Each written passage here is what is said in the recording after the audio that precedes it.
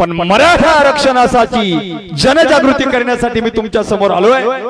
ही जनजागृती करण्याचं काम मनोज जरांगे पाटील नावाच्या मराठ्यांच्या योद्ध्याच्यामुळे माझ्यासारख्या सर्वसामान्य मराठा तरुणाला मिळालं, हे माझं मी भाग्य समजतो।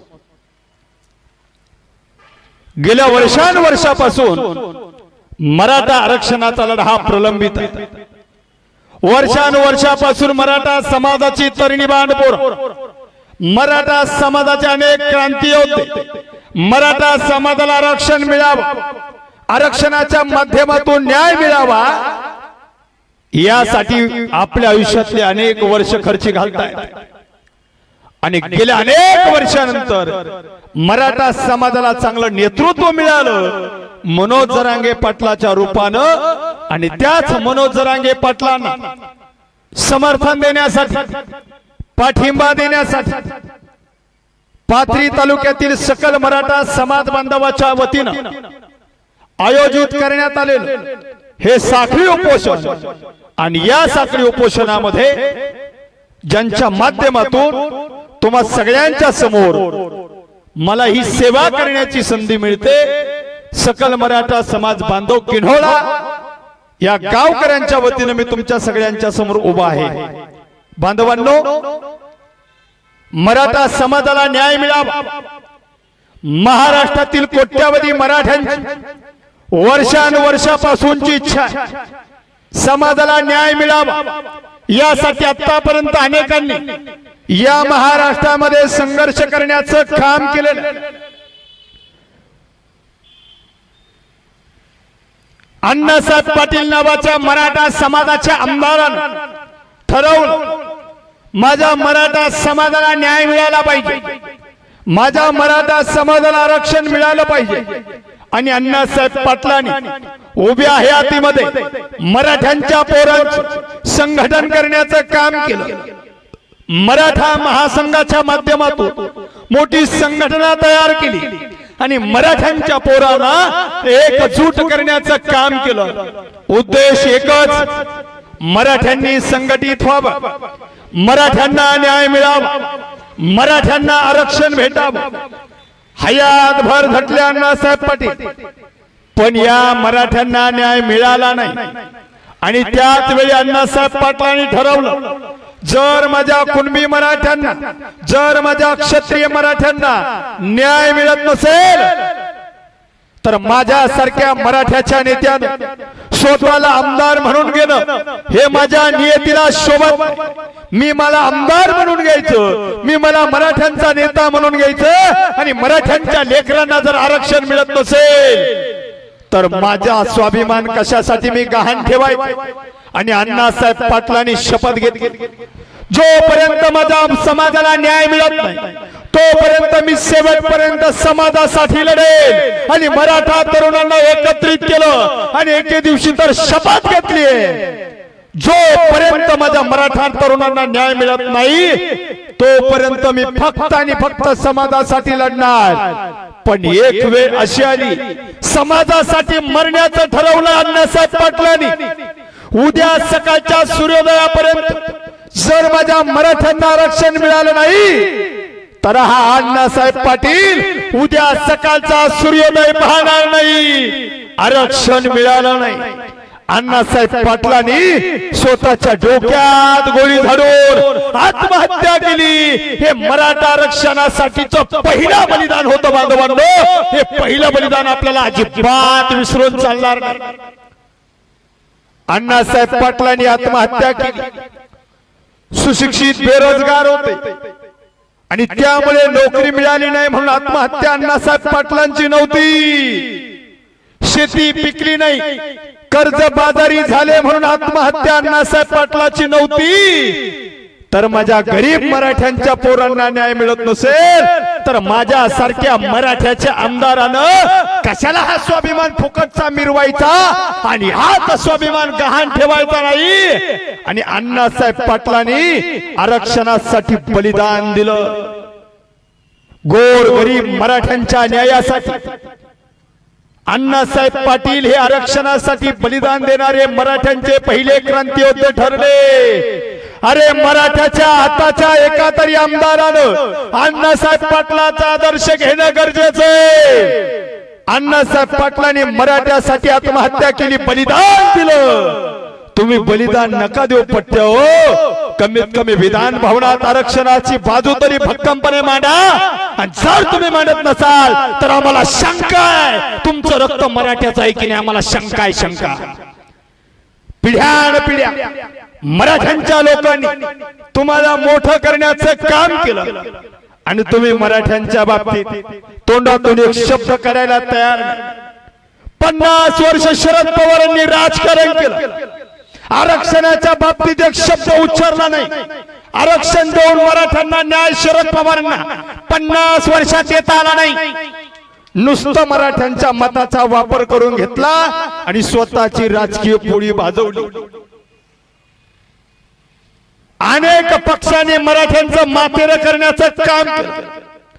महाराष्ट्र राज्यातील सगळेच पक्ष उभे करण्यामध्ये आणि महाराष्ट्रातील सगळेच पक्ष चालवण्यामध्ये या महाराष्ट्रातील मराठ्यांचा सिंहाचा वाटा आहे। म्हणून महाराष्ट्रातले सगळे पक्ष आज उभे। कोणत्याही पक्षातला मराठा समाज बाजूला काढा, त्या पक्षाचं अस्तित्व या महाराष्ट्रात शून्य झाल्याशिवाय राहणार नाही। राष्ट्रवादी पक्ष मराठ्यांनी मोठा केला, काँग्रेस पक्ष मराठ्यांनी महाराष्ट्रात मोठा केला, शिवसेना पक्ष महाराष्ट्रात मराठ्यांनी मोठा केला, भाजपा पक्ष महाराष्ट्रात मराठ्यांनी मोठा केला, मनसे नावाचा पक्ष महाराष्ट्रात मराठ्यांच्या पोरांनी मोठा केला।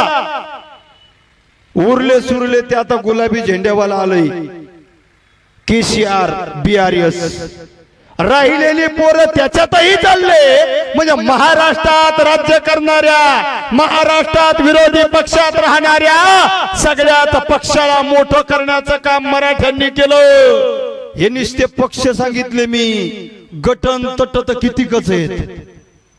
आणि याच सगळ्या पुढाऱ्यांनी गोरगरीब सर्वसामान्य मराठ्यांच्या पोरांच्या भावना जाणून न घेता यांच्या पाठीमागे कधीच उभे राहिले नाही। शरद पवारांनी 50 वर्षात मराठ्यांसाठी काहीच केलं नाही। दुसरे पवार, अजित पवार राज्याचे उपमुख्यमंत्री आहेत, जबाबदार पदावर आहे, आरक्षणाचा लढा पेटलेला आहे। एकही शब्द आरक्षणाच्या बाबतीत काढत नाही, उलट त्यांच्याच पक्षाच्या ओबीसीच्या नेत्याला मराठा बांधवांनी समाजाच्या विरोधात फिरण्याकरता बळ देण्याचं काम करतात। ते अजित पवार सुद्धा मराठ्याच्या बाजूने उभे नाही। तिसरा पक्ष शिंदे गट, त्या गटाचे प्रमुख एकनाथ शिंदे राज्याचे मुख्यमंत्री आहे। विशेष म्हणजे मराठा आहे, ते सुद्धा आरक्षणाच्या बाबतीत रोखठोक भूमिका घ्यायला तयार नाही। उलट त्यांच्याच काही कार्यकर्त्यांना ते समाजात पाठवतायत आणि त्या कार्यकर्त्यांना म्हणायला लावतायत आम्ही 96 कुडी आहे, आम्हाला कुणबी मराठा म्हणून आरक्षण नको। चौथा पक्ष भारतीय जनता पार्टी, त्यांच्याबद्दल तर काय बोलावं। नागपूरचे देवेंद्र मामा हे तर मराठ्यांचे आशे विरोधक होऊन बसले। पण मामा, वर्षानुवर्ष तुमच्या पक्षाला या महाराष्ट्रातल्या मराठ्यांनी मोठं केलं, हे सुद्धा विसरू नका। वर्षानुवर्ष तुम्ही आमच्या मताचा वापर करून घेतला। तुमचे गुरु दिल्लीतले दाढीवाले बाबा ज्यावेळी 2014ला महाराष्ट्रात पहिल्यांदा चांगल्या पद्धतीने फिरू लागले, त्यांची लाट आली होती तेव्हा लाट, त्यावेळी ते म्हणत होते भाई और बहनो, सगळ्या मराठा बांधवांना हिंदू म्हणून एकत्र करण्याचं काम त्यांनी 2014च्या निवडणुकीमध्ये केलं। हिंदू धर्म खतरे में है, हिंदू जागो हिंदू जगाओ, हर हर मोदी घर घर मोदी, नमो नमो नमो नमो, शिव छत्रपतीचा आशीर्वाद चला देऊ मोदीला साथ, या घोषणा तुम्ही केल्या. तुमच्या घोषणेवर हिंदू म्हणून, जय श्रीराम म्हणून, भगव्याचे समर्थक म्हणून महाराष्ट्रातला सगळा मराठा समाज तुमच्या पाठीमागे खंबीरपणे उभा राहिला आणि तुमचं सरकार या महाराष्ट्रात निवडून दिलं. पण तुम्हाला निवडून येताना महाराष्ट्रातले सगळे मराठे हिंदू होते आणि गोरगरीब मराठ्यांची पोरं आरक्षणासाठी आत्महत्या करू लागली. तर आता आम्ही हिंदू नाहीत का, हे सुद्धा भारतीय जनता पार्टीच्या लोकांनी स्पष्ट केलं पाहिजे. फक्त आमच्या मताचा वापर करता तुम्ही आणि आमची पोरं मरायला लागली तर आमच्याकडे दुर्लक्ष करण्याचं काम केलं. अण्णासाहेब पाटील नावाच्या मराठ्याच्या योद्ध्यानं आत्महत्या केली तरी मराठा समाजाला न्याय मिळाला नाही. त्यानंतर अण्णासाहेब जावळे पाटील, देवीदासजी वोरजे सर, विनायकजी मेटे साहेब, संजयजी सावंत, मराठा समाजाच्या अनेक योद्ध्यांनी समाजाची जागृती करण्याचं काम केलं, समाजाला एकसंघ करण्याचं काम केलं. आरक्षण मराठ्यांना मिळावं यासाठी हयातभर झटत राहिले. म्हणून तर मराठा आरक्षणाच्या मीटिंगला जाताना मेटे साहेबांचं अपघाती निधन झालं. अरे आमची माणसं आरक्षणासाठी योद्धे जीवाचं रान करत होते, त्यांचं आयुष्य संपलं पण तरी आमच्या मराठ्यांना न्याय मिळाला नाही. मराठा आरक्षणाचं घोंगडं तसंच भिजत राहिलं. अनेक वर्षाचा काळ मध्ये गेला आणि मध्ये यात शिवछत्रपतीच्या महाराष्ट्रात अहमदनगर जिल्ह्यातील कर्जत तालुक्यातील कोपर्डी या ठिकाणी एक दुर्दैवी घटना घडली. या घटनेनं संपूर्ण देश हलहलून गेला होता. कोपर्डीतल्या श्रद्धा बबनराव सुद्रिक नावाच्या ताईवर काही नराधमांनी अन्याय अत्याचार आणि बलात्कार करून तिची निर्घृणपणे हत्या करण्यात आली. आरोपीला अटकही करण्यात आली. आणि याच घटनेचं दुःख आणि याच घटनेच्या निषेधार्थ महाराष्ट्रातील विखुरलेला लाखो मराठा एकत्र आला आणि प्रत्येक जिल्ह्याच्या ठिकाणी या मराठ्यांनी मोर्चे काढले. घटनेचं दुःख व्यक्त करायचं होतं म्हणून मराठ्यांनी मोर्चे काढले शांततेच्या मार्गानं. कुणालाही बोलायचं नाही, कोणत्याही घोषणा करायच्या नाही, फक्त एकजूट दाखवून निषेध करायचा. म्हणून त्या मोर्चाला नाव दिलं मराठा क्रांती मूक मोर्चा. लाखो मराठे एकत्र जमले. मोर्चात अनेक मागण्या मराठ्यांच्या होत्या पण दोन मुख्य मागण्या. मागणी क्रमांक 1, कोपर्डीतील श्रद्धाताईवर बलात्कार करणाऱ्या बलात्काऱ्यांना फाशीची शिक्षा देण्यात यावी. आणि मागणी क्रमांक 2, मराठा समाजाची आरक्षणाची मागणी तात्काळ पूर्ण करण्यात यावी. कोपर्डीतल्या श्रद्धाताईवर बलात्कार करणाऱ्या आरोपींना अटक करण्यात आली. सरकारनं त्यांना फाशी दिली नाही, जेलमध्ये पोहोचवण्याचं काम केलं. अरे बलात्काराला फाशी द्यायला सरकारला लाज वाटली की काय, म्हणून पोहोचवण्याचं काम सरकारने केलं. सरकारला लाज नाही वाटली, अखेर त्या बलात्कार करणाऱ्या बलात्काराला लाज वाटली आणि त्यानं स्वतः लाज वाटली म्हणून जेलमध्ये स्वतः गळफास घेऊन आत्महत्या केली आणि सरकारला सुद्धा लाजवेल असं कृत्य घडलं. मागणी क्रमांक 2, मराठ्यांना आरक्षण देण्यात यावं. मराठ्यांना आरक्षण दिलं नाही. तत्कालीन सरकारनं मराठ्यांना फक्त गाजर दाखवण्याचं काम केलं आणि मराठ्यांचे लाखोचे मूक मोर्चे काही दलाल समन्वयकांनी, आपल्या समाजात जन्मलेल्या दलालांनी सरकार दरबारी मॅनेज होऊन मोडीत काढण्याचं काम केलं. लाखोच्या संख्येने जमलेल्या सकल मराठा समाज बांधवाच्या मोर्चाचा तीळ मात्र फायदा झाला नाही. आंदोलन थोडस शांत झालं पण थांबतील ते मराठे कसले. मराठ्यांनी पुन्हा एकजूट करायला सुरुवात केली. एकजूट आता विखरू द्यायची नाही। आता मराठ्यांनो थांबायचं नाही म्हणून मराठे पुन्हा एकदा एकवटले आणि पुन्हा मोर्चा निघाला। मराठा क्रांती ठोक मोर्चा या नावाने। ठोक मोर्चा हा नावाला ठोक मोर्चा होता, पण कुठल्याही ठोक मोर्चात कोणत्याही जिल्ह्यात मराठ्याच्या कोणत्याही पोरानं हातात काठी घेतली नाही, हातात दगड घेतले नाही, हातात काडी पिटी घेतली नाही आणि शांततेच्या मार्गाने मराठ्यांनी मोर्चे काढले। अरे मराठा समाज हा शिस्तप्रिय आहे, मराठा समाज हा शांतता प्रिय आहे, मराठा समाज हा संयमी आहे, मराठा समाज हा घटना मानणारा आहे, मराठा समाज हा संविधान मानणारा आहे। म्हणून मराठ्यांनी आतापर्यंत 58 मूक मोर्चे लाखोच्या संख्येने जमून काढले, पण एखादा वाईट शब्द मराठे कुणाला बोलले नाही। लाखो मराठे जमले, पण लाखो मराठ्यांच्या गर्दीतून ॲम्ब्युलन्स गाडी एका मिनिटात बाहेर पडत होती। ही शिस्त मराठ्यांनी जगाला दाखवून दिली आणि मराठा समाज हा शिस्तबद्ध आहे हे पुन्हा एकदा सिद्ध करून दाखवलं। खरं मराठा समाज हा घटना मानतो, कारण आमच्या बाबासाहेबांनी आमची घटना लिहिताना स्पष्टपणे लिहिलंय की भारताची राज्य घटना लिहिताना मला फारसे कष्ट पडले नाही, कारण माझ्या डोळ्यासमोर छत्रपती शिवरायांचं स्वराज्य होतं। आमच्या बाबासाहेबांनी आमच्या शिवरायांना आदर्श मानून जर घटना लिहिली असेल तर या मराठ्यांची पोरं त्या घटनेचा आदर सन्मान करणार।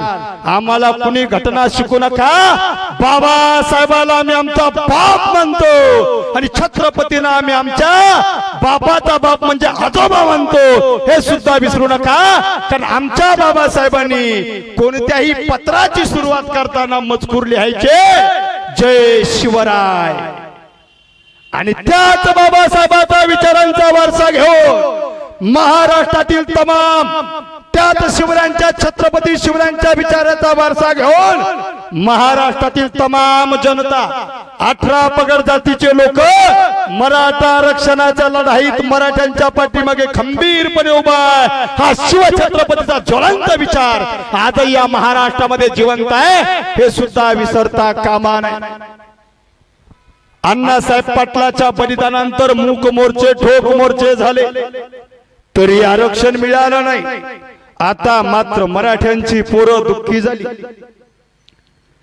आम्हाला चांगले मार्क पडून नोकरी मिळत नसेल आणि दुसऱ्या समाजाच्या आमच्या मित्राला कमी मार्कावर जर नोकरी लागत असेल तर या देशात समता शिल्लक आहे का? या देशात गुणवत्तेला काही महत्व आहे का? या देशात चतुराईला हुशारीला काही महत्व आहे की नाही? याच दुःखातून मराठ्यांची लेकरं उद्विग्न झाली आणि उद्विग्नतेतून आरक्षणा अभावी नोकरी गमावलेल्या मराठ्यांच्या लेकरांनी आत्महत्या करण्यासारखं टोकाचं पाऊल उचललं।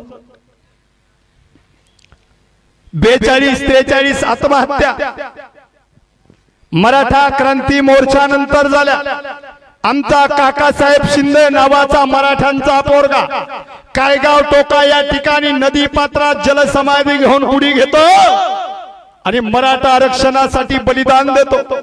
कोणी पोरगा रेल्वे पटरीवर झोपतो, आरक्षण मिळालं नाही म्हणून बलिदान देतो। कुणी पोरं विष प्राशन करतात, कुणी पाण्याच्या टाकीवरून उड्या मारतात आणि मराठ्यांच्या 42-43 तरुण तरुणीनं आरक्षणासाठी आत्महत्या करावं हेच या मातीचं दुर्दैव आहे। आणि याच मराठा कुळात जन्मलेल्या राजर्षी शिवछत्रपतीच्या वंशजांनी राजर्षी शाहू महाराजांनी आणि याच मराठा कुळातल्या राजर्षींनी आरक्षणाची चळवळ सुरू करावी। आरक्षणाचे जनक असणाऱ्या शाहू महाराजांच्या मराठा या जमातीला आरक्षणासाठी रस्त्यावर उतरावं लागतं, यासारखी मोठी खंत कोणती नाही बांधवांनो। मराठ्यांचे लाखोचे मोर्चे निघून सरकार मराठ्यांना न्याय देईल वाटलं होतं, दिला नाही। अरे गर्दी जमून न्याय मिळत नाही, पण कमीत कमी मराठ्यांची लेकरं आत्महत्या करू लागली आणि मराठ्यांच्या दुःखद भावना तरी सरकारने जाणून घ्यायला पाहिजे होत्या आणि मराठ्यांच्या लेकराच्या पदरात आरक्षणाचा हक्क टाकायला पाहिजे होता। तरी सरकारनं मराठ्यांना न्याय दिला नाही। पुन्हा बरेच दिवस आरक्षणाचं घोंगडं भिजत पडलं, पण शांत बसतील ते मराठे कसले। दिवस उजाडला 29 ऑगस्ट 2023 आणि याच महाराष्ट्रातील जालना जिल्ह्यातील अंबड तालुक्यातील शहागड या ठिकाणी वास्तव्य करणाऱ्या फाटक्या कपड्याच्या 2 एकर जमिनीवाल्या ऊसतोड कामगाराच्या सर्वसामान्य अत्यंत गरीब पण मराठा समाजासाठी तळमळीनं काम करणाऱ्या व्यक्तीनं 29 ऑगस्टला शहागड येथील पैठण फाटा या ठिकाणी आरक्षणाच्या मागणीसाठी मराठा आरक्षण जनाक्रोश मेळाव्याचं आयोजन केलं। 5000 लोक येतील वाटलं होतं, जास्तीत जास्त 10,000 लोक येतील वाटलं होतं, पण सर्वसामान्य व्यक्तीनं आवाज दिला आणि लाखो मराठी शहागडला जमले आणि त्या व्यक्तीच्या नेतृत्वावर फिदा झाले। त्या व्यक्तीचं नाव आहे मनोज जरांगे पाटील। 5 तास जालना बीड हायवे अडवला।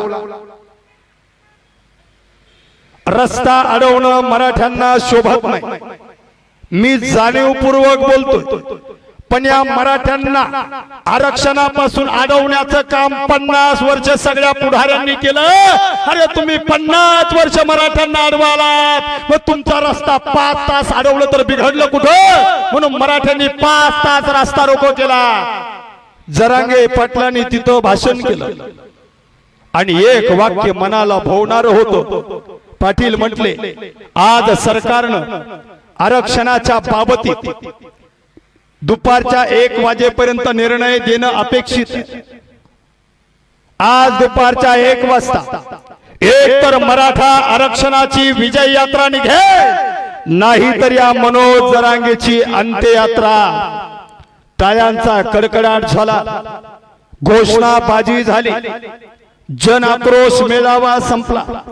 आम्ही आमच्या घरी परतलो आणि टीव्हीवर बातमी आली, जरांगे पाटील घरी गेले नाही तर अंतरवालीत जाऊन उपोषणाला बसले आणि म्हणाले, जोपर्यंत महाराष्ट्रातील कोट्यावधी मराठ्यांच्या गोरगरीब मराठ्यांच्या लेकरांना आरक्षण मिळत नाही तोपर्यंत हा मनोज जरांगे स्वतःच्या लेकरा बाळाचं तोंड सुद्धा पाहणार नाही, तोपर्यंत मी आमरण उपोषण करेल। सराटी अंतरवालीत जाऊन उपोषणाला बसले।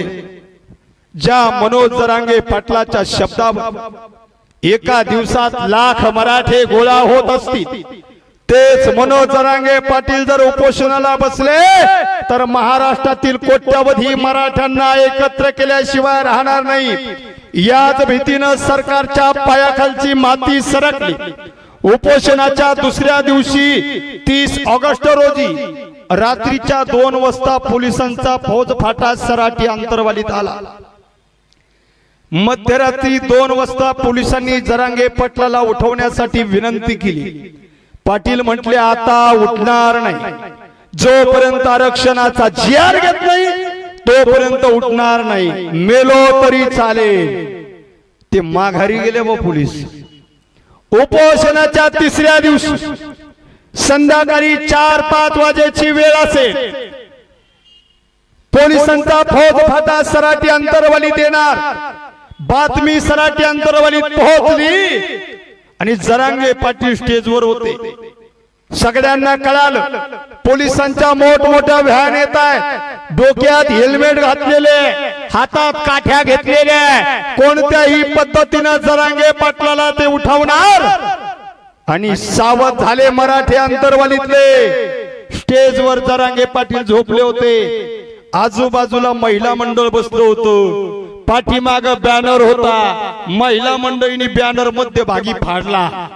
ऐका बरं का, महिला मंडळीने बॅनर मध्यभागी फाडला। फाडलेल्या बॅनर मधून पाटलाला पाठीमाग काढून दिलं आणि पाटलाच्या जागेवर दुसरे जरांगे पाटील झोपवले आणि अंगावर शाल टाकली।